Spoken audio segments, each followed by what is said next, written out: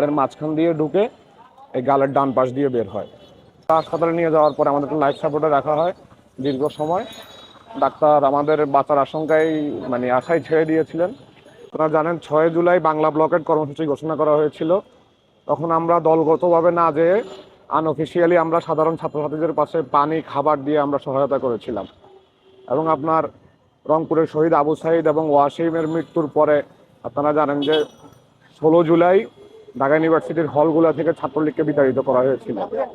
এবং 19 জুলাই আমরা যেদিন গুলিবিদ্ধ হই ওই দিন কমপ্লিট শাটডাউন সফল করার লক্ষ্যে বাংলাদেশ জাতীয়তাবাদী দল বিএনপি প্রেস ক্লাবের সামনে অবস্থান কর্মসূচি ডাকে। কিন্তু আওয়ামী ফ্যাসিস্ট পুলিশ ওইখান থেকে আমাদের রিজভি ভাই সহ আমাদের অনেক নেতাকর্মীকে অ্যারেস্ট করে। আমরা এই যে আপনার যে স্পটটা দেখতেছেন, এই স্পটে ছাত্রদল কেন্দ্রীয় সংসদের সাধারণ সম্পাদক নাসির ভাইয়ের নেতৃত্বে ছাত্রদল, যুবদল এবং বিএনপি বিভিন্ন অঙ্গ সংগঠনের নেতৃবৃন্দ আমরা অবস্থান কর্মসূচি গ্রহণ করি। তখন আমাদের পুলিশের সাথে দাওয়া পাল্টা দেওয়ার ঘটনা ঘটে। দাওয়া পাল্টা দেওয়ার ঘটনা ঘটার মধ্যে এক পর্যায়ে পুলিশ বেপরোয়াভাবে চাইনিজ রাইফেল, শটগান এবং বিভিন্ন আগ্নেয়াস্ত্র ব্যবহার করে ছাত্র জনতার উপরে অতর্কিতভাবে আপনার গুলিবর্ষণ করে। এবং ওই গুলিবর্ষণে আমরা এই স্পটে আমি এবং আমার বন্ধু ঢাকা ছাত্রদলের যুগ্ম সম্পাদক মিল্লাত, আমরা ছাত্রদলের 2 জন আহত হই এবং আপনার আরও 2 জন ভাই আমাদের যুব দলের স্পটে মৃত্যুবরণ করেন। এবং আমার গুলিটা আপনি খেয়াল করবেন, আমার এই গাড়ের মাঝখান দিয়ে ঢুকে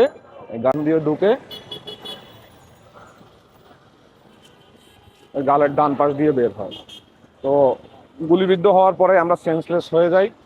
সেন্সলেস হওয়ার পরে আমাদের সাথে যারা ছিলেন তারা প্রথমে এই যে পুরানা পল্টন মসজিদের সাথে ইসলামী ব্যাংক যে হাসপাতাল, ওইখানে আমাকে আর মিল্লাতকে নিয়ে যায় এবং আমাদের আরেকজন সহযোদ্ধা কোতোয়ালি থানা যুব দলের উনি অন দ্য স্পট উনি মৃত্যুবরণ করেন, ওনাকেও সাথে করে নিয়ে যায়।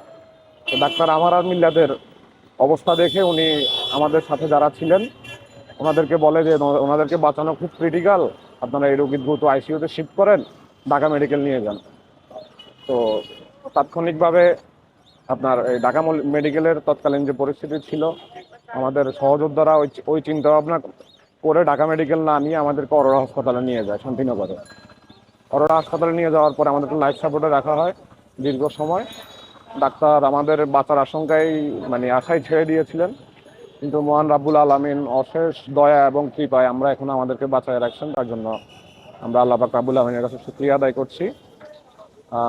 আমরা এই আন্দোলনে সক্রিয় থেকে শরিক হতে পেরে নিজেদের মধ্যে আমাদের গর্ববোধ কাজ করে।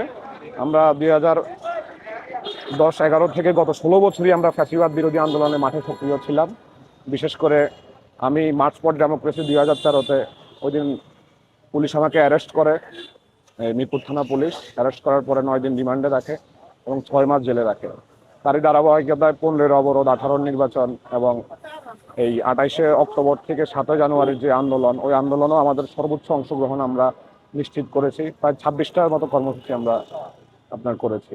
তো আমাদের ছাত্রদল, যুবদল, বিএনপির অসংখ্য নেতাকর্মী আপনারা দেখেছেন, ছাত্রদলের 150 জনের উপরে নিহত হয়েছে, বিএনপির টোটাল আপনার 500-র উপরে আপনার নেতাকর্মী নিহত হয়েছে।